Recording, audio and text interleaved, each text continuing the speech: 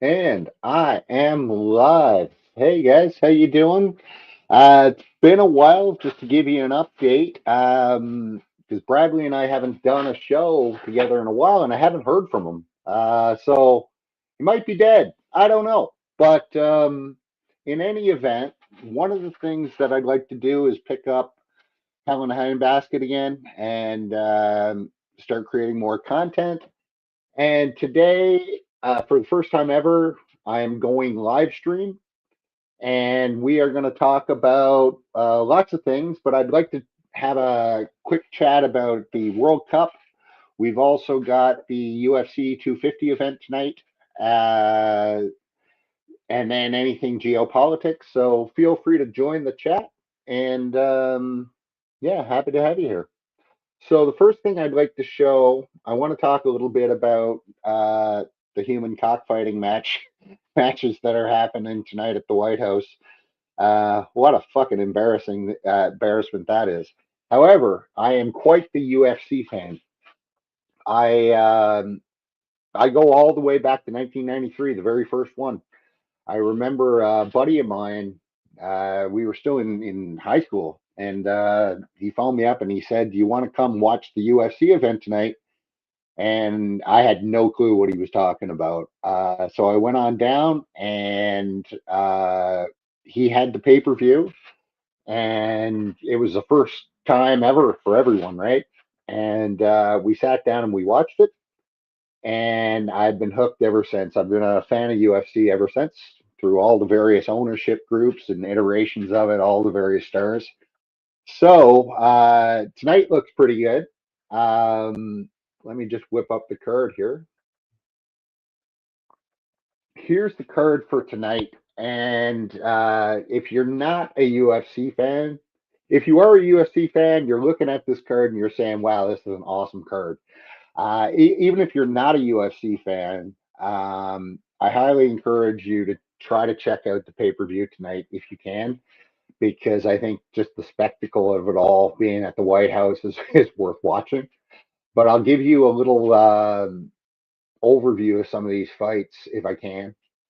And starting off with the main event, we've got the light heavyweight championship. It's kind of the unification bout.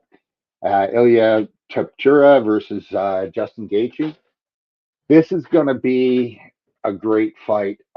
You've got Tapura on one side. He's undefeated. Looks really good. Looks unstoppable.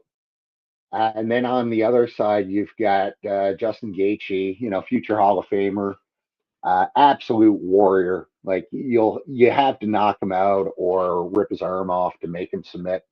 So really, this is just two like really high end fighters going at it. Hard to pick a winner. I guess I'll go with Tapuria. But with that said, Gaethje's one of these guys that can beat you or anybody.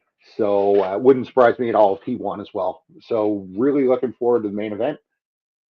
Should be a lot of fun. Then from there, we've got Alex Pereira and Cyril Gagne. Pereira is the heavyweight. He's probably the favorite in this one. But Gagne's top contender, and he's no slouch. So I think that that'll be a really good fight too. I'll pick Pereira, but again, same as Gaethje, wouldn't surprise me if Gagne won. Think about all these guys is like they're all killers, right? So anybody can win a match. Next up, we've got Sugar Sean O'Malley versus Amon Zahabi, and I can never get his name right. Again, this could be a heavyweight title bout. This could main event any card, and it's the third match down. O'Malley, my thought on him is he struggled the last couple years. He had a lot of steam. The UFC put a lot of marketing blitz into him because he's kind of different, shall we say. And he was, going up the ranks, and then he got his ass kicked. I forget by who. And the last few matches, he's been, kind of mediocre. So, but with that said, he's still one of the best fighters in the division. Zahabi, he's running a seven fight win streak right now. So he's on a roll. Um, I'll kind of question the quality of some of those 7 wins, the talent level. But, he's still on a 7 win streak. And in the UFC, it's difficult to get a 7 win streak. So this one, it's real toss up. I'll go with O'Malley. But again, wouldn't surprise me if Zahabi wins. Uh, the next bout we've got is this is the fight that I'm looking forward to the most, I think, because you got Hokett and Lewis. You basically got these two big raw bone country boys who are just gonna smack the shit out of each other. You're not gonna see any jujitsu. You're not gonna see any wrestling. These two are just gonna punch each other in the head until one of them falls down. So that's going to be a lot of fun to watch. Again, could be anyone. I'll go with Derek Lewis because I like Derek Lewis. He's fun. Next, we've got Ruffy and Chandler. This is probably the weakest fight on the card, I think. Uh, if you're a longtime UFC fan, Michael Chandler, future Hall of Famer, uh, great fighter, well past his prime, well past his prime. And Ruffy's kind of middle of the road type of guy. He's kind of moving up. I'll pick him for the win. And if you're a UFC fan, you're probably going to watch to see Chandler fight. Could be the last time he ever fights, for all we know. So there's that kind of nostalgia pop there. Next fight I'm looking at is Daukus versus Bo Nickel. I'll pick Bo Nickel. He's a lot of fun to watch. He's an up and comer, and I think that you know the next fight he gets will be with a ranked opponent after he knocks this guy out. I'll pick Bo Nickel in this one. He's got a lot of skills. And then the last match on the card that we have is Lopez versus Garcia. I would say both of these guys are probably past their sell by date. Lopez is still a really high end fighter. Don't get me wrong. But I think his time is come and gone. I don't think you'll ever see him. He's had his shots at the titles, so um, I'm not sure if he'll ever get another shot at it. But we'll see. And then Garcia, like Zahabi, he's also on a 7 fight win streak. So while he's a bit over the hill, he's still doing it, right? So 7 win fight streaks are uh, hard to come by in the UFC. So good on him. I really don't know who to pick in this one. I guess I'll go with Lopez. I think he's fought higher quality opponents like Volkanovski lately. But again, like everything else, you can't really beat the. Anybody can win these fights, is what I'm saying. So just wanted to have a chat about that really quick. Really, what I'm doing here right now, to be honest with you, I'm just testing out the live. Bradley and I used to always record our videos and then we post them. So this is the first time I've done it live stream. The interface is a little bit different than what I'm used to, but still kind of cool. So, um, like I said, this is probably going to be the first of many. I think on what I'd like to do ever since Wyatt left. The open mic kind of died. Well, it absolutely died. It's on hiatus or whatever Wyatt said. The guys tried to set up this other live stream open mic, and it's not bad. Go check it out. Internet Debaters Club or something, I think it's called. But it doesn't get really the audience, and they're very selective in who they look in. They like to not let certain people in like me. So I think I'm gonna just create my own stream. So other big news. We've also got the World Cup was on the go. To be honest with you guys, I don't care. I just don't care. Uh, And the funny thing is, I live in one of the host cities, and nobody here cares. Um, I hope whoever cares about it is having fun, but I just couldn't care less about the World Cup. There's too many other good sports going on that I'm interested in, like, for example, the UFC that I just mentioned. We've also got the basketball playoffs that have been going on. The Knicks won it all last night. Fantastic game, fantastic series. Congratulations to the Knicks. We've also got Carolina against Las Vegas in the NHL Stanley Cup Finals tonight. So tonight is what, game 6. So if Carolina wins tonight, they win the cup. If Vegas wins, it goes back for a game 7. Um, it's been a fantastic series so far, really good. After my Habs got put out, I was kind of like, well, I don't care about these other teams. So I wasn't really interested in watching it. But I tuned in, and the hockey has been amazing and really tight, back and forth.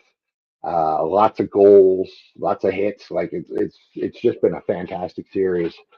So I might tune into that tonight. I think I'll take preference over the UFC first because like that's just an absolutely loaded card.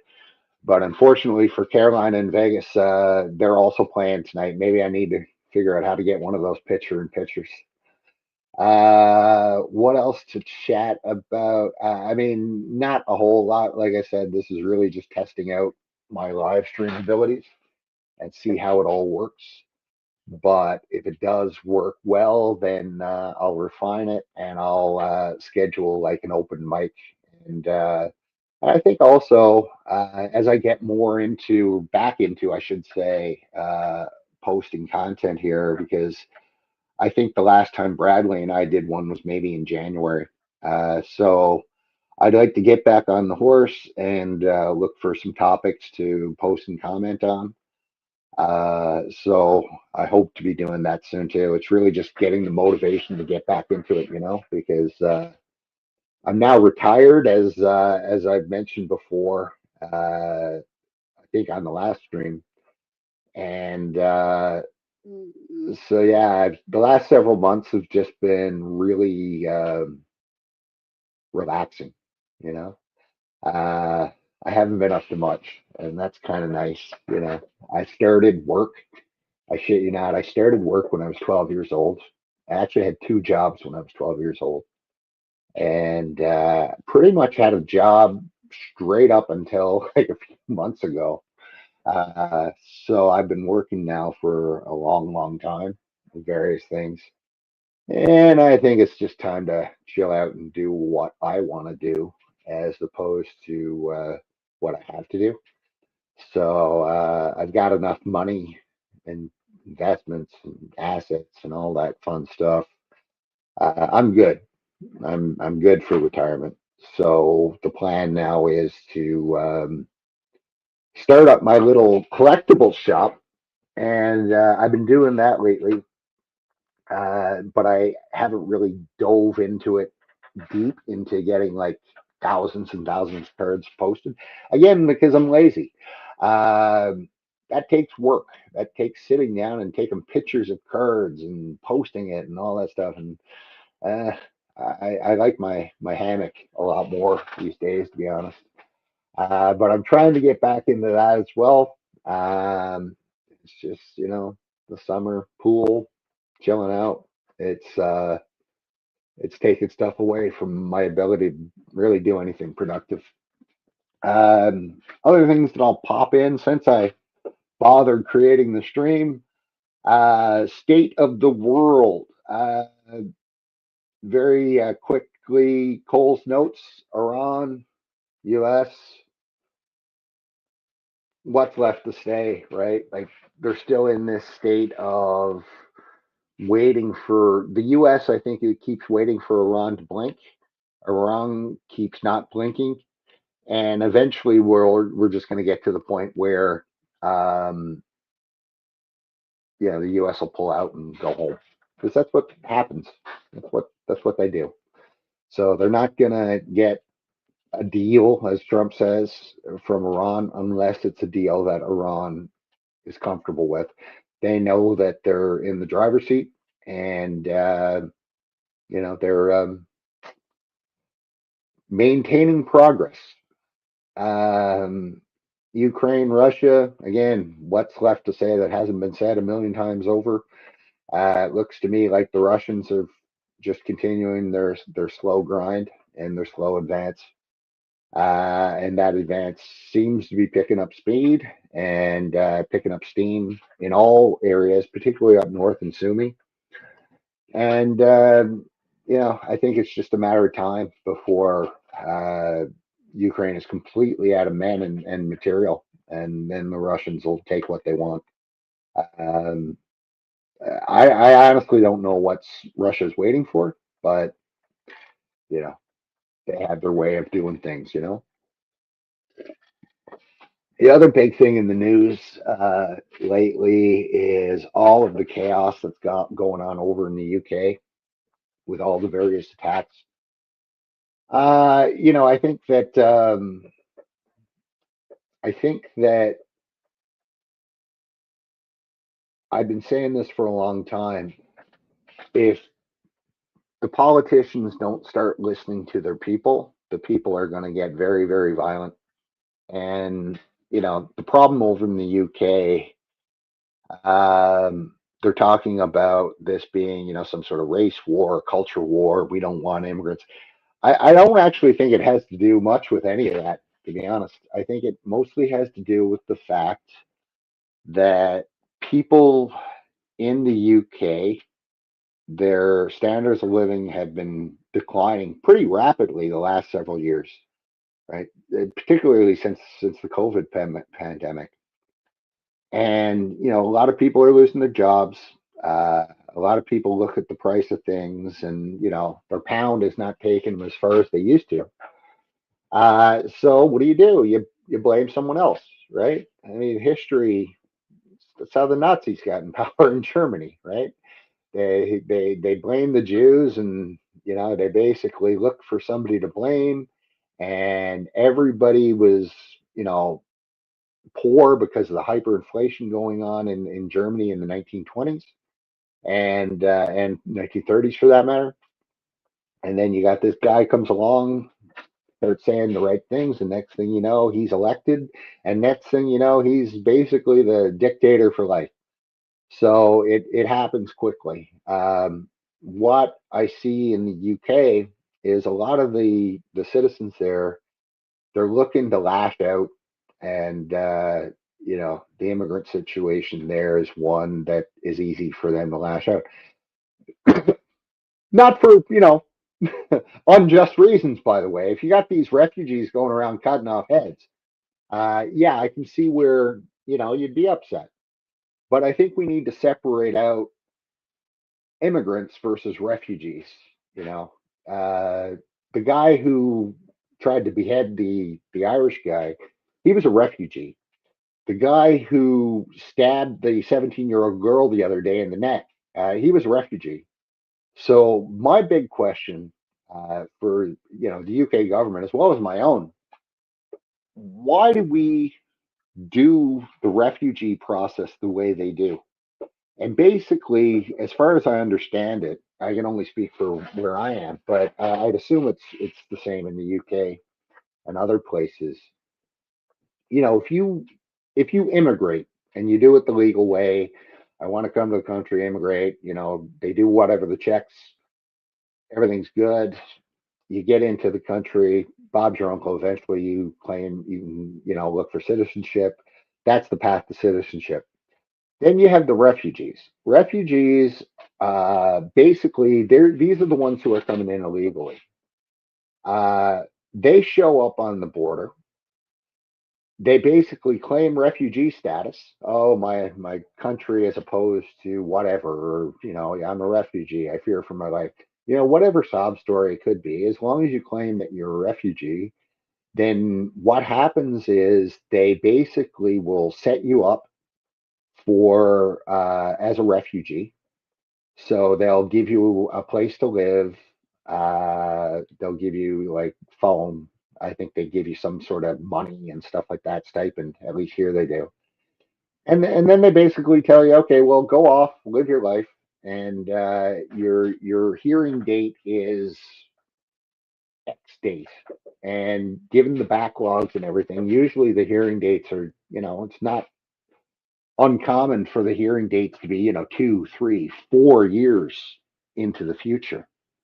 So basically, they set you up as a refugee. They tell you to bugger off and come back whenever your date is. And then if you come back in your date and it gets approved, then you're basically put in as immigrant status. But the big thing that happens, I think, is a lot of these people show up as refugees and then you just never find them again, you know? Uh, because if their court date is coming up or the refugee hearing date, whatever it's called, they'll just bugger off and leave and you'll never see them again. And the thing about these refugee checks, they're not doing thorough checks on your background, on your mental health, on your, anything like that. So, when you claim status as a refugee, you can be a complete raving lunatic and still probably get into these countries. And that's what I think we're seeing here. It's not all refugees, of course, but you've got some really, really bad apples in the refugee bunch. And, you know, people see on camera that a guy is getting beheaded in his own hometown. It really hits a nerve with people. So that's what we're seeing in places like Belfast and places like Southampton. It's just a lot of people who are angry and looking to lash out. The media has given them this narrative to lash out with as refugees bad, take back our country, all this stuff. And people are reacting to it. And like I said, I wonder why they're reacting to it. And I think it's more likely the fact that they're just angry at the government for lots of stuff. And this is one of many things. But the underlying root cause is that standards of living are going down and they're going to continue to go down. Like if you're in the West, if you're in Canada or US or Europe, Japan, Australia, the collective West, if you think your standard of living is going to get better, I don't know why you'd think that. All the money has moved to Asia. All the investment has moved to Asia. All the industry has moved to Asia. So for a lot of people, we're just going to see increased inflation. They're looking to AI everybody's jobs away. And what we're left with is, a hollowed out country, right? Or hollowed out countries, I should say, where you're going to have the very rich and you're going to have the very poor. And that's it. And, if you go to a place like Brazil, as an example, you go to Rio. Rio is a perfect example.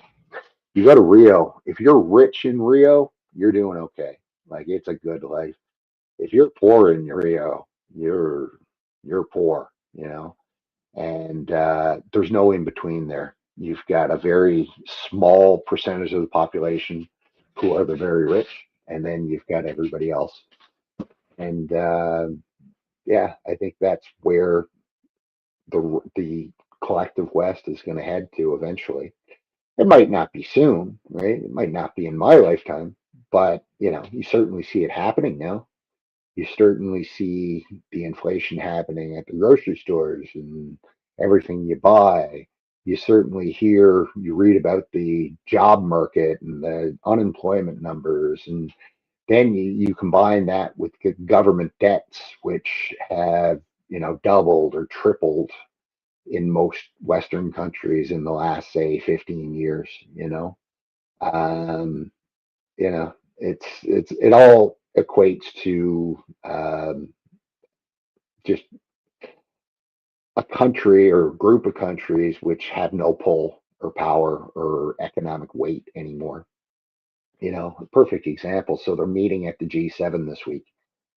Has anybody heard anything about the G7? not really. Like I follow this stuff, and it's hard to find an article on it.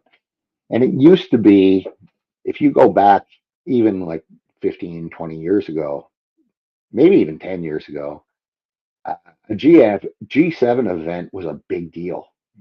Like you would be reading about articles leading up to it. Uh, it would be well covered within the media while it was happening. Uh, the G7 actually had some weight, but I just don't see that now anymore because why would they have weight? It was a G7 of, at that time, the seven most wealthiest nations in the world. But now they've all been surpassed. Yeah, China is the wealthiest nation in the world in terms of PPP. Russia is growing, India is growing. So you've got all these other economies which are real players now.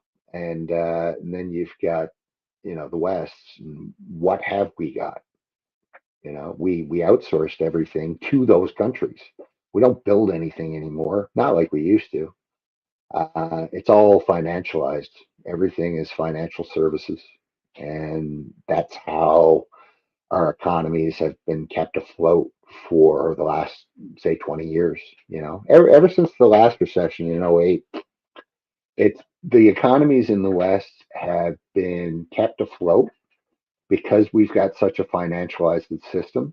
The only way people make money, the only way people, earn income in jobs and stuff are in these types of industries, banks and whatnot.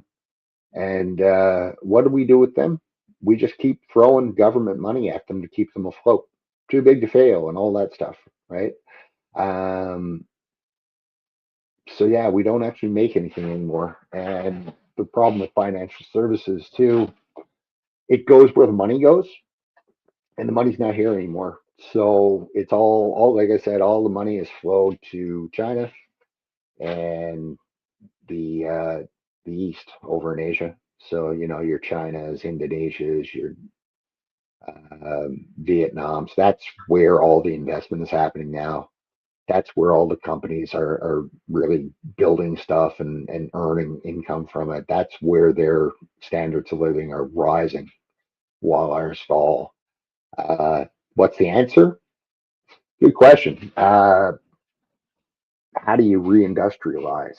You know, Basically, you have to decline your standard of living to the point that the incomes people are making make it viable to manufacture stuff. You know, uh, so I don't know how you do that without some sort of full-on revolt, because people are used to what they're used to, and they're used to having their standard of living. And I'm sure I've told this, anybody who's been a regular listener to me over the years, I've always said this is if you mess with your person's standard of living, they will start to do crazy, crazy shit. And that's what you're seeing in the UK. That's what you're seeing in Germany with all these statings over there and people running everybody over and whatnot. Um, you mess with your standard of living, your ability to, give your kids a good life, put a roof over your head, stuff like that. You'll start to do wacky shit. And I think we're going to start to see it in the West a lot more. I think what we're seeing in the UK right now is probably a harbinger of things to come in other countries. Uh, how far away are we from the UK? I think in North America here, uh, we're well behind Europe in terms of standard of living declines. Uh, but as we've seen with Europe, it happens quickly. And like, look at Germany. If you were to say 4 years ago, back when the Russia-Ukraine war happened, if you were to say, well, gee, Germany is just going to deindustrialize and all these companies are going to go bankrupt and they're going to move all their production over to China because the gas in Germany is unaffordable. If you were to say all that, people probably would have thought you were nuts, but it's happened, and here we are 4 years later, and the German economy is still in the shitter and doesn't look like it's getting any better. The UK is just completely done. I had no clue what the UK actually produces besides financial services, and maybe the odd Harry Potter robe or something. I don't know, but I don't know what else they do. So I think that yeah, we're in for interesting times, as they say. So yeah, I just really wanted to test out the stream and hope everyone's doing well. Like I said, I'll come up with something with some more formalized chats in the future. Might try to get the open mic going. Uh, I guess Bradley's no longer around, so maybe I need a new partner. Let me know if you're interested. Uh, just to bounce off of, as opposed to me rambling on. And that's it for me. Hope you all have a great day. Like I said, if you're into the World Cup, hope your team wins. If I was to make a pick, I guess I'll go with, uh, I'm going to go with France. I think Mbappe is due another one, and I think after the last World Cup, he had a lot of disappointment in losing. So yeah, we'll go with France. I'm going to go with France. I think they'll win it. And then the UFC tonight, like I said, even if you're not a UFC fan, try to check it out, as I'm sure it'll be a big spectacle in and of itself, and that's worth watching. But if you're not a fan and you check it out tonight, you might become a fan, because this is a really good card. One of the best cards I've seen in years. So uh, yeah, top to bottom should be great. And I'll check you guys on the next one. Like, share, subscribe. Let me know how you're all doing. Let me know if you have any topics you'd like me to research and have a show about. Let me know anything else that's on your mind. Take care, guys, and have a great one. Cheers.